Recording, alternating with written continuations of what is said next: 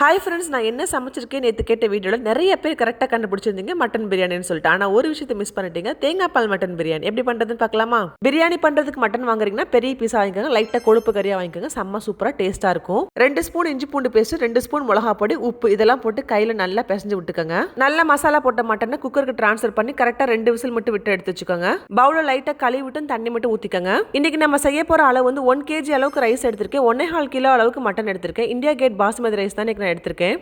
7 வெங்காயம், 4 தக்காளி பழம் எடுத்துக்கங்க. ஒரு ஃபுல் தேங்காவை நல்லா சுடுதண்ணி போட்டு அரைச்சு நல்லா பால் எடுத்து வச்சிருக்கேன். இப்போ பிரியாணி செய்ய ஸ்டார்ட் பண்ணுவோமா? எண்ணெய் பாதியும் கீ பாதியும் ஊத்திக்கங்க.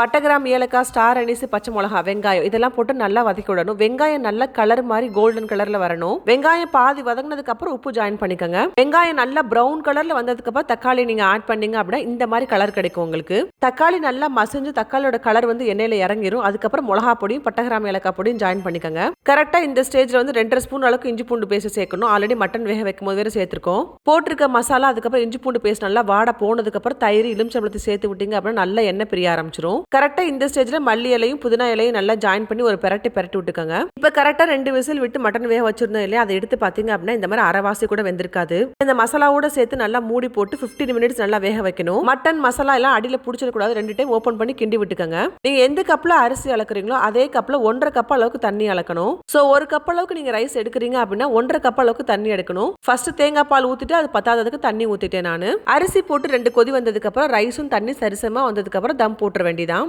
தம் போடும் போது மறந்துடாம தாராளமா நெய் போட்டு 20 மினிட்ஸ் டிஸ்டர்ப் பண்ணாம விட்டுட்டீங்க அப்படின்னா தேங்காய் பால் மட்டன் பிரியாணி சுவையா ரெடி ஆயிரும். இதை அப்படியே எடுத்து சர்வ் பண்ணும்போது தால்சாய், தயிர் சட்னி, ஒரு பாயாசம், மோர், ஒரு முட்டை இதெல்லாம் வச்சு நீங்க சர்வ் பண்ணி பாருங்க. ஒரு ஹோல்சமான மீல் சாப்பிட்ட மாதிரி ஒரு ஃபீல் கிடைக்கும். இந்த வீக்கெண்ட்ல மறக்காம இந்த பிரியாணி ட்ரை பண்ணி பாருங்க. சூப்பரா இருந்துச்சு. அப்படியே எல்லாரும் வாங்கிக்கங்க.